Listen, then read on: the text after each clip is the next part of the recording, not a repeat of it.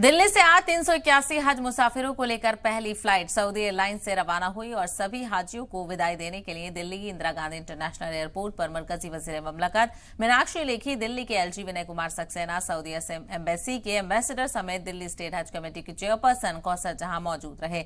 इन सभी लोगों ने हाजियों को मुबारकबाद दी और सफर पर जाने की शुभकामनाएं भी दी। जी मीडिया से खास बातचीत में दिल्ली के उपराज्यपाल विनय कुमार सक्सेना ने कहा कि ये सभी मुसाफिर एक मुकद्दस सफर के लिए जा रहे हैं। बहुत बेहतरीन तैयारी हुई है, जिसमें दिल्ली की तरफ से हमारे एलजी साहब जुड़े रहे हैं, लगातार कौसर जी लगी रही हैं। लेकिन उससे बड़ी बात यह है कि प्रधानमंत्री जी के पर्सनल नेतृत्व में और सऊदी सरकार के साथ बातचीत कर माइनॉरिटी अफेयर्स मिनिस्ट्री ने बहुत बेहतरीन काम किया। और उसमें चाहे उनको फ्रिज उपलब्ध कराने की बात हो, चाहे पैरामिलिट्री फोर्सेस को साथ भेजने की बात हो, चाहे इमरजेंसी की जगह पर अगर कुछ तकलीफ हो जाए तो हेल्थ मिनिस्ट्री के साथ लोग लगे रहे, उनके लोग वहाँ रहेंगे। जैसा कि मैंने अभी कहा कि ये बड़ा मुकद्दस दिन है और प्रधानमंत्री मोदी जी के प्रयासों से इस बार सऊदी सरकार ने ये कोटा बढ़ाकर 1,75,000 किया है। दिल्ली क्योंकि एक छोटा सा प्रदेश है और यहाँ जो मुस्लिम पॉपुलेशन है उसके लिहाज से कोटा अलॉट होता है।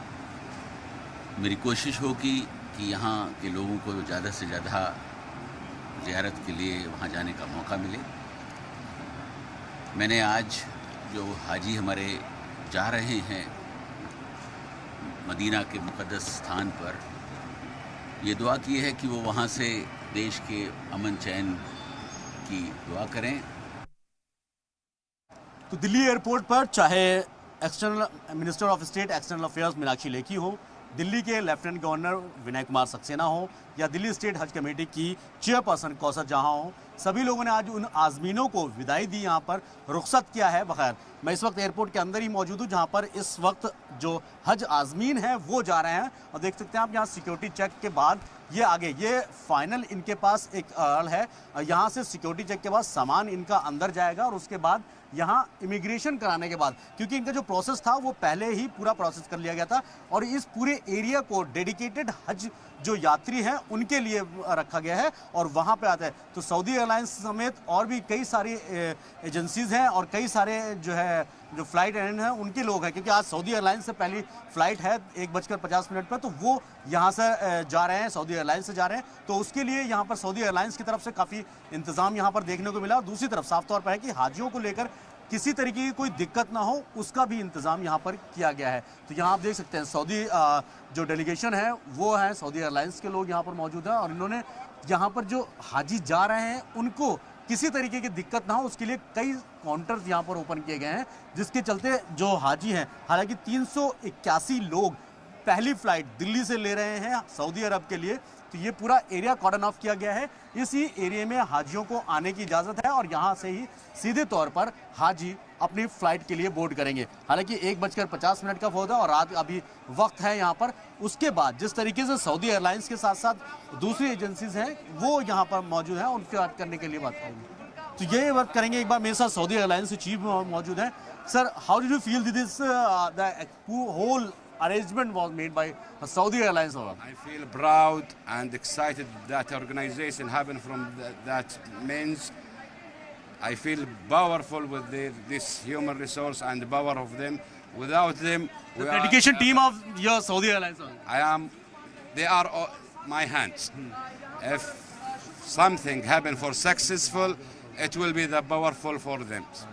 What is the arrangement basically Saudi Airlines for? Yes, we are arrangement that's for Hajjis, especially for Hajji reception. This is first flight for Hajjis from Delhi to Medina, and we wish continue as this performance.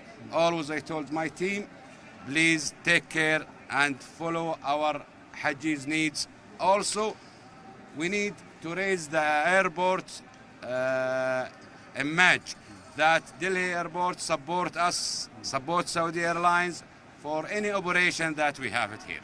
Thank you so much for talking to us, sir. Side से बात है, Saudi airlines के senior manager थे, जिन्होंने बताया कि किस तरीके से यहाँ पर इंतजाम किया गया और एक डेडिकेटेड टीम को यहाँ पर लगाया गया है कि हाजियों को किसी तरीके की दिक्कतों का सामना ना करना पड़े। वीडियो जर्नलिस्ट पीयूष सक्सेना के साथ सैयद मुबशिर, जी मीडिया, दिल्ली। मेरे साथ इस वक्त उपराज्यपाल विनय कुमार सक्सेना सर हैं। हज के आज जो आज़मीन जा रहे हैं, जिनकी फ़्लाइट 1:50 पर आज है, उनको विदाई देने के लिए आए। हालांकि ये पहली बार इस तरीके का हो रहा है कि केंद्रीय मंत्री और ख़ुद उपराज्यपाल साहब यहाँ मौजूद हैं। सर, सबसे पहले इस मौके को आप किस तरीके से देखते हैं, क्योंकि फ़र्स्ट टाइम शायद उपराज्यपाल साहब किसी भी मौके पर ऐसे आए हैं आज़मीनों को विदाई देने के लिए। आज का दिन मैं कहूँगा बड़ा मुक़द्दस दिन है कि दिल्ली के जो ज़ायरीन हैं उनको मुझे यहाँ से विदाई करने का मौका मिला है। ये मक्का मदीना जा रहे हैं जहाँ पर ज़ियारत करेंगे। मैंने उनसे गुजारिश की है कि वो देश में अमन चैन की भी वहाँ पर दुआएं मांगें और उनका सफ़र सफल हो। भारत सरकार ने और ख़ास तौर से मैं कहूँगा माननीय प्रधानमंत्री जी ने इस बार बहुत सारे एफ़र्ट्स किए हैं कि जो हमारे हाजी मदीना जाते हैं वहाँ पर उन्हें कोई तकलीफ़ ना हो और उसका कोटा भी बढ़ाया जाए। इस बार 1,75,000 लोगों को जो है जाने का मौका मिल रहा है।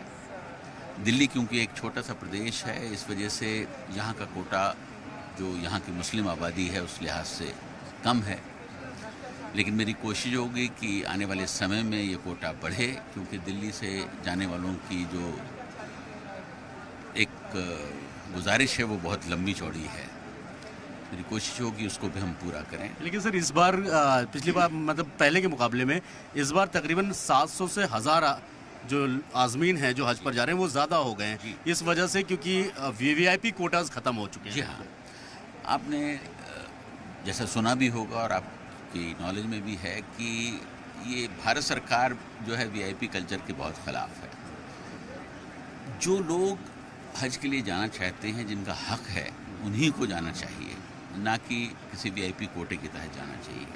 उसमें बहुत सारी गड़बड़ियाँ होती थी, वो सब खत्म कर दी। तो मुकद्दस सफ़र है, इसमें जो कहते हैं खुदा जिसको बुलाता है, जिसको चाहता है वही आता है। बिल्कुल सही कहा आपने कि ये वो जगह है कि जब खुदा बुलाता है तभी इंसान वहाँ पहुँच पाता है।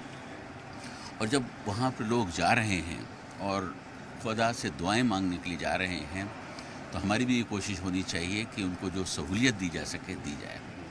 भारत सरकार ने बहुत अच्छे इंतजाम किए हैं वहाँ पर, उनके रहने का बहुत अच्छा इंतजाम किया है, डॉक्टर्स का इंतजाम किए गए हैं, और किसी तरीके की जो हमारे ज़ायरीन हैं उनको कोई तकलीफ़ ना हो उसका इंतजाम किया गया है। ये शायद पहली दफ़े बहुत लंबे समय के बाद इस तरीके के इंतजाम किए गए हैं।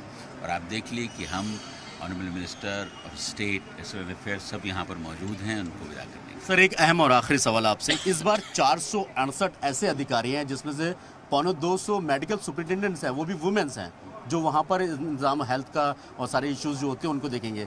आईएएस ऑफिसर और आईपीएस ऑफिसर्स इस बार भेजे गए। इन सब चीज़ों की कोई ख़ास वजह किस तरीके से देखते हैं आप?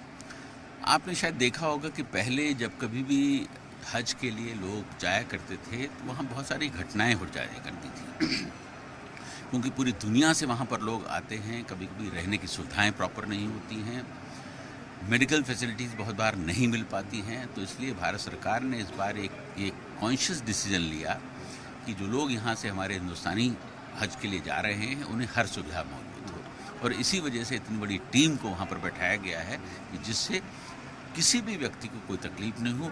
जिस खुशी के साथ वो यहाँ से जा रहा है उसी खुशी के साथ वो यहाँ पर लौटे। सर, एक अहम सवाल और कि दिल्ली सरकार ने जिस तरीके से हज मंजिल खाली करने का था तो उसमें आपका इंटरफेरेंस के बाद कहीं ना कहीं उसको अभी रखा, तो अभी उसमें क्या प्रोसेस आगे बढ़ा है, किस तरीके आपकी कोई बात हुई हो किस तरीके से? हज मंजिल जो है वो हमारे हज कमेटी की ऑफिस है, वो हमेशा हज कमेटी का ऑफिस रहेगा। मतलब ये आपका भरोसा है पूरा? जाहिर सी बात है, जिस तरीके से उपराज्यपाल साहब ने साफ तौर पे कहा कि हज मंजिल हज कमेटी का ऑफिस है तो इसलिए हज कमेटी के पास ही रहेगा, लेकिन इस तरीके के साफ हो जाता है कि इस बार कई सहूलियतें भी दी गई हैं और साथ साथ ये भी कहा गया है कि बहुत सारी नई गाइडलाइंस के ज़रिए जो इंतज़ाम हैं उनको भी पूरा करने की कोशिश की गई है। वीडियो जर्नलिस्ट पीयूष सक्सेना के साथ सैयद मुबशिर, जी मीडिया, दिल्ली।